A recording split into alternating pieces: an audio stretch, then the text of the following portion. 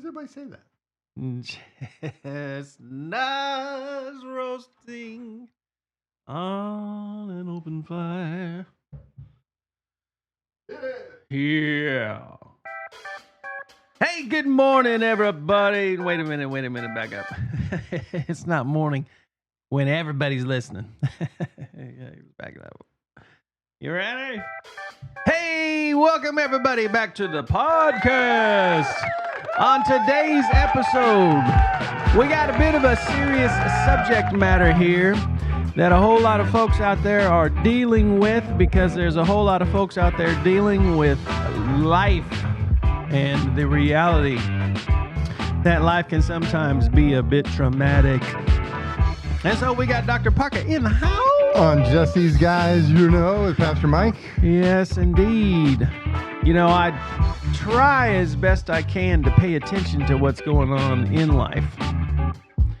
And so a lot of times when we first come in here, I have traveled the many 5-mile path here, and I'm trying to think, okay, what could we talk about? Show prep. That is how prepared we are. But I pay attention to patterns in my world, and one of the patterns that has really been consistent lately is hearing people or seeing articles or watching programs that deal with the issue of PTSD. And I know that with your new venture over at the VA, you probably run into that from time to time. I'm making an assumption, but I've heard it before. Can I interrupt the show? Please do. I'm doing something right now that in the 145 episodes I have never done. And you have not said a word about it the entire time. Okay, hold on. I'm going to give you...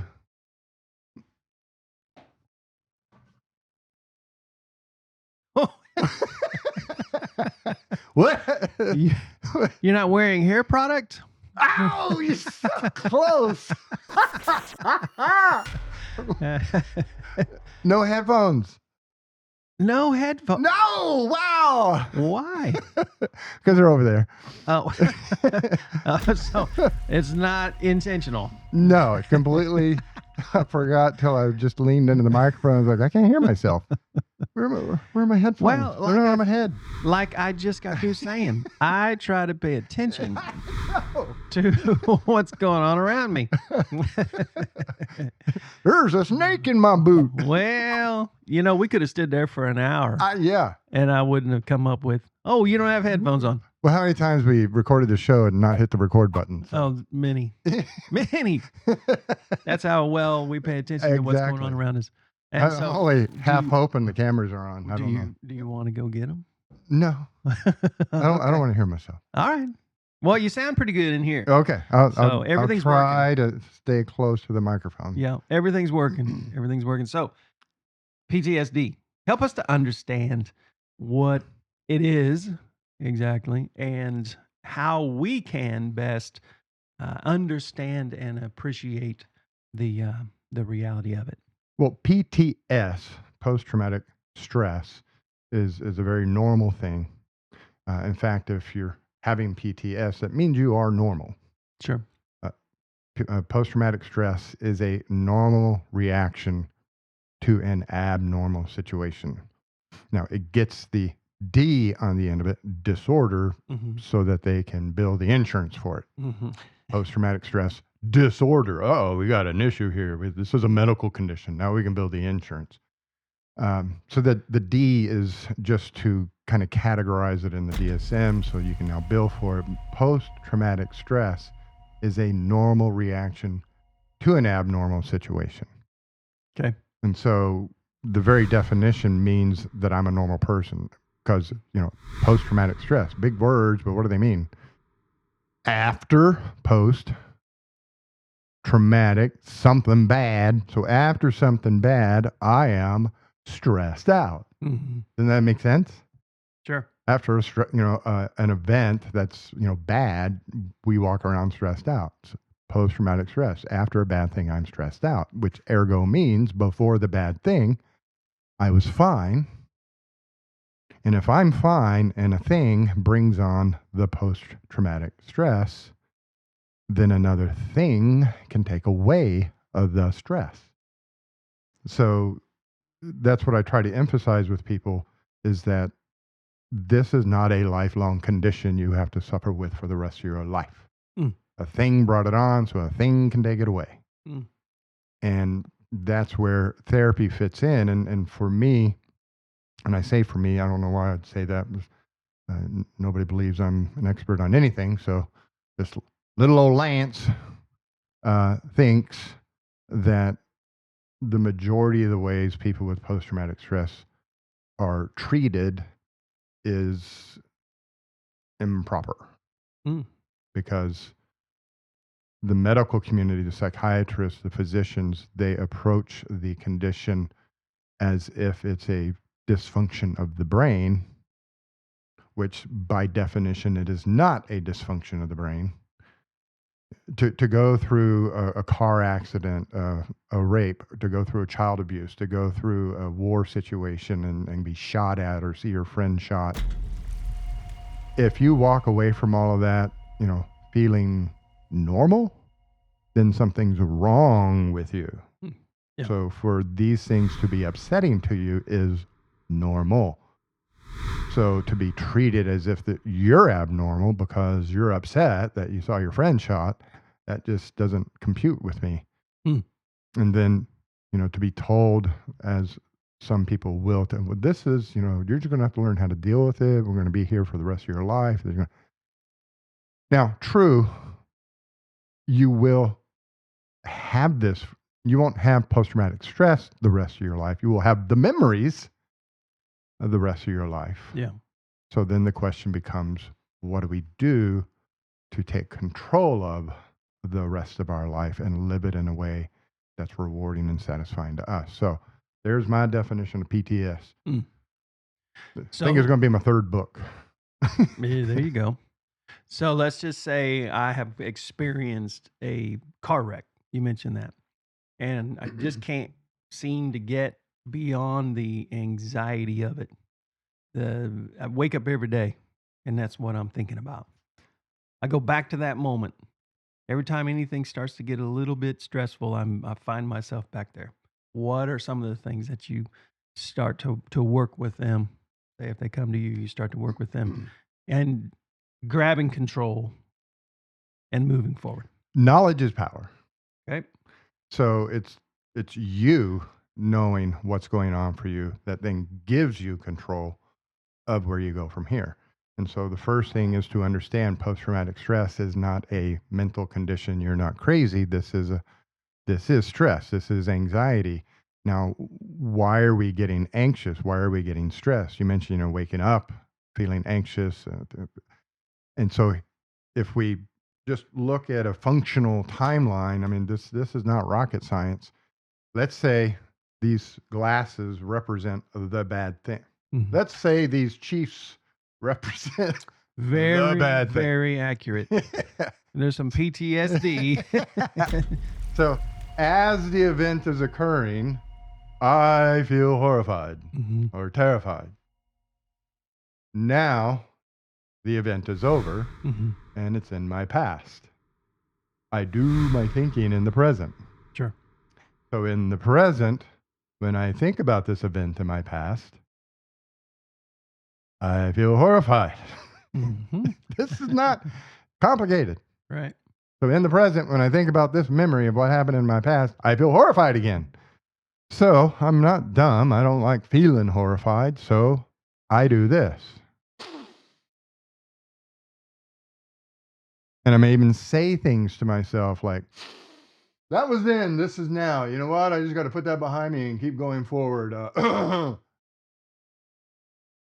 Do you see what I'm doing as I'm being overly dramatic and making a fool out of myself here for the world to see?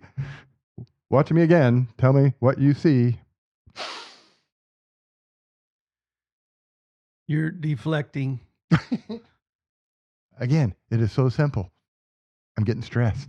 Mhm. I am mustering up stress on purpose. You see me take a breath into my chest. My muscles are getting tight. My head turns the other direction. And if you had a machine hooked up to me, my blood pressure is going up. My adrenaline's starting to flow. I am intentionally mustering up stress to protect myself from the memory. Mm. And I'll say, I don't want to think about it. And I'll launch off the couch. We're sitting there, la, la, la, la. And we'll be like, I got to get up.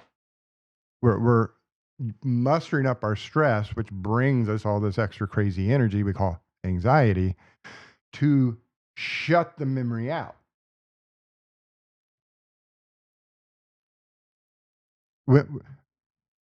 And trust me, I've been doing this 25, 30 years. I've seen just about every way you can try to lose a memory, and none of them worked. Sure. Alcohol, meth, heroin, cannabis, jumping off a bridge and landing on your head. They still remember that memory from that day. Nothing you can do will take that memory away. So we are destined to live like this. Stressed out. The stress is our defense against the memory. So once you understand that post-traumatic stress, I'm mustering up stress to try not to think about the memory, we have the first part of the equation in place, because the memory's never going to go away. So I have to stay stressed all the time. Mm. And that stress is my self-defense. So why does this not work? So the second thing you have to understand is how the mind processes all information. And this is like a magic trick. Everything that happens in life, you have to do 4 things with it. You have to acknowledge what occurred. You have to decide what it all meant. You have to decide what it means about you now. Mm-hmm. And then you have to decide, how will I live my life based on this experience I have been through? Sound complicated, right? You do it every second of every day. Yeah. If you, not me, if you walk out a quick trip, doop, doop, doop, doop, heading towards your truck, and some cute girl's walking in and she smiles at you, you get in your truck and you go like, dang, man, she smiled at me. Why would she do that? Well, maybe she thought I was cute. You know what? I still got it. Exactly. Yeah. Those were the words that were coming out of my mouth. I still got it. And look what's happening right now. You're beginning to smile, stand a little taller, you drive, you sing to the music. We all want to be rock stars. And people say, hey, why are you in such a good mood today? And you're like, I don't know, it's just been a great day. And in the blink of an eye, you did those 4 things. You acknowledged what occurred. She smiled. You decided what it meant about what it all meant. She thinks I'm cute. You decided what it meant about you. I am. I still got it. And the moment you accept this meaning about yourself, you then change how you live your life. And you walk a little taller and you smile a little more because this has occurred. You now walk more proudly and people see the change you've made to your life. So when it comes to post-traumatic stress, we are mustering up stress to shut this memory out. So the memory is like, dude, you got to do these 4 steps. Think about me. So it keeps pushing. And we're like, no. So it pops up in our nightmares. We have to do those 4 steps. Sure. But we don't want to. So we stymie the system. And now the memory keeps pushing for us to do those 4 steps. Acknowledge what occurred, decide what it all meant, decide what it means about me now, and then decide how I'm going to live my life because I went through all of that. Sure. Now, this can be a painful process, especially if you start trying to do it right now without any net. So one of the things I always do with people with PTS is first give them the 4 fundamentals. If we're going to do some advanced work in life, we have to have our fundamentals in place. If we're going to rethink situations, then we have to be thinking clearly and rationally to be able to process the information clearly and rationally. I had a guy recently who was telling me about a big fight that occurred 50 years ago. that he thought had to do with X. And for 50 years, he's told people about this X related fight. And just this week, it clicked. It wasn't about that. It was about him personally. It had nothing to do with the politics. For 50 years, I've been telling people it had to do with this political matter. And it just clicked on me. The whole fight started because of him personally. It took him 50 years because he doesn't think, he doesn't have the fundamentals in place. So he keeps reprocessing it with a distorted view of the world. Mm-hmm.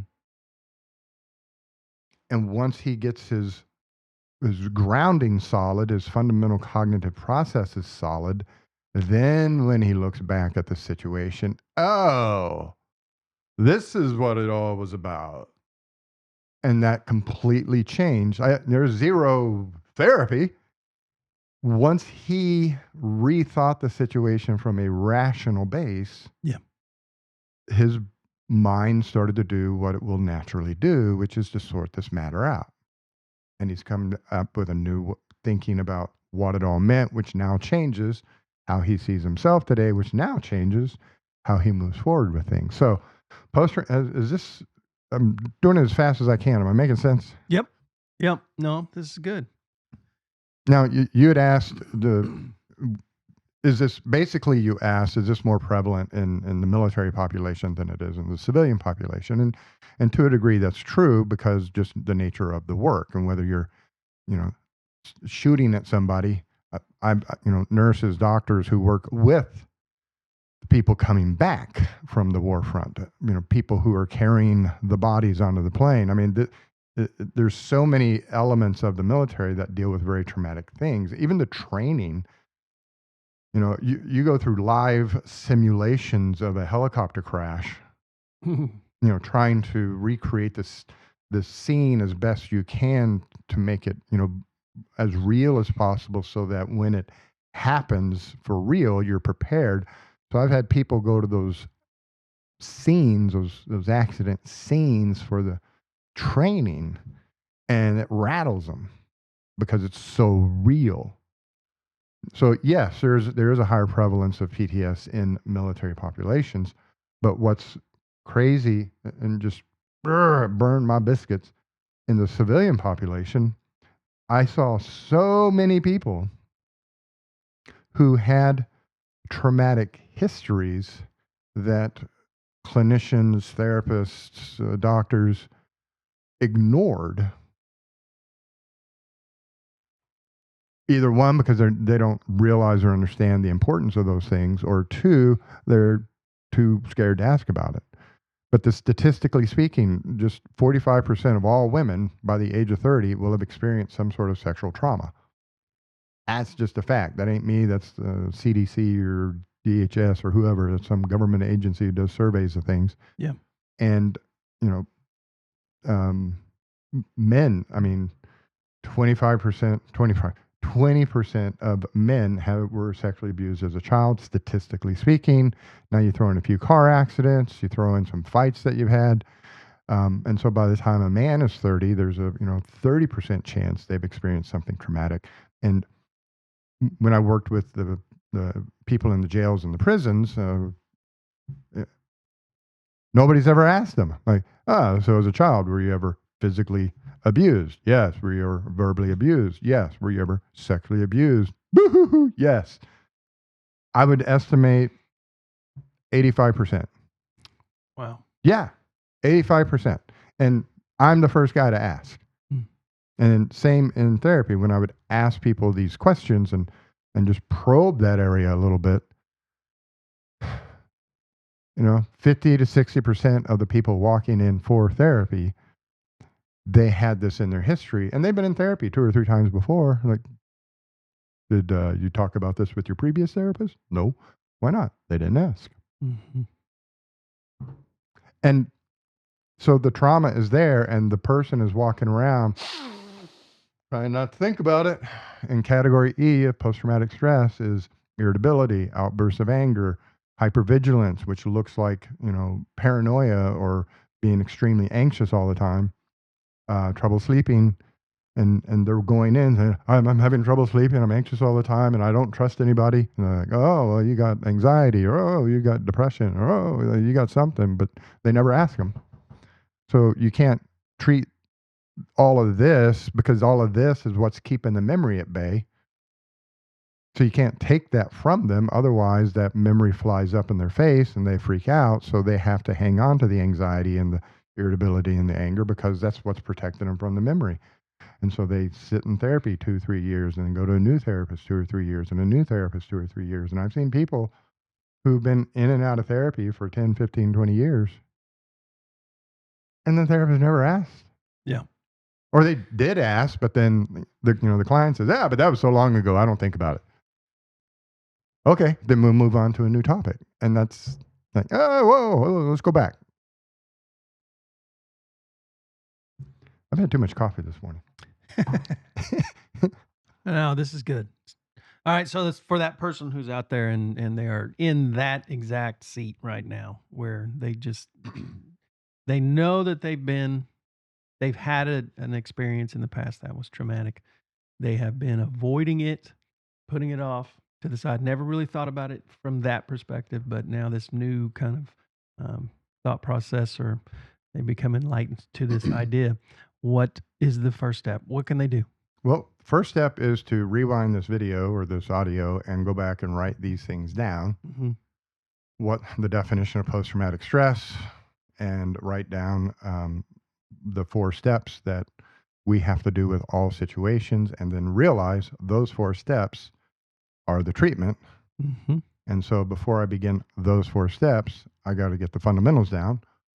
So you can buy the book, you can listen to the videos we've done on the 4 steps. You can watch the videos on the crash course in life transformation, or you can go to a therapist and say, I want to get well grounded and get my thinking cleared up, and then I want to begin to address the memories that I have never addressed. Mm. And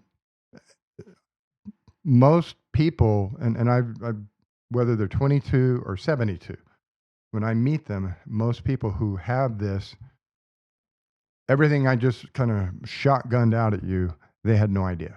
Sure. They thought they had some sort of disease, that their brains were broken, that they were permanently disabled. And unfortunately, and this is my opinion only, they will go sit in groups and vent and process and tell each other their traumatic stories, because only you can identify with me. But all they're doing is reliving it, emoting, and they emote and get it all out. And then they shut the memory back down and go another week. So they're actually discharging the emotion. Now I don't have to feel so bad. You hear my language? I don't have to feel so bad. Mm-hmm. They never say, hey, I feel really good now. This was helpful. I don't have to feel so bad now for another week. But it's going to build up over the week. So I got to come back to this group to discharge it all again. And this becomes a lifelong process. When you are not addressing the trauma memory correctly, then yeah, you're destined to have to repeat the cycle over and over and over again, because you're a hound dog on the front porch laying on a sticker. And then you go back to sleep, and then the sticker is still digging into your skin, and you wake up. And then you go back to sleep, and that's all for the next 20 years. That's what you're going to do. Is this good? A lot of people live that way. Yeah. And I am telling you, there is another life. Yeah. That's the good news. Yes. That's the hope that is there. And everybody who's walked these steps with me, and I'm making it sound simple, and in a way it is simple, it's very hard to do. Get me wrong, it can be very tough and painful, but everybody who's ever done it, they step back and go, wow, that was it? That was it? Mm. That was it. Yeah. Once the only thing we have to fear is fear itself. Sure. And post-traumatic stress is fear. So we fear the fear. We fear what it's going to be like if we don't keep it shut down. We fear. Once you take the proper steps to address it, there's nothing to be afraid of anymore. Here we go. You're like, whoa, that was it? Now, you will still be sad, but that was a sad thing. Yeah. And you will still miss your friends that you lost. They were important to you. Miss them. But now it'll be manageable and meaningful. And bring some light back into your world. Boom. Awesome. Thank you, Doc. That was really good. I'll give you a rousing. You can't hear it. I can't. But they're applauding you right now. Yeah, that was good. Thanks, man. I hope that helps somebody out there grab a hold of the situation that you've been trying to avoid for far too long and get some help. Beautiful. Just these guys, you know. We will see you guys next week. Thank you, Doc.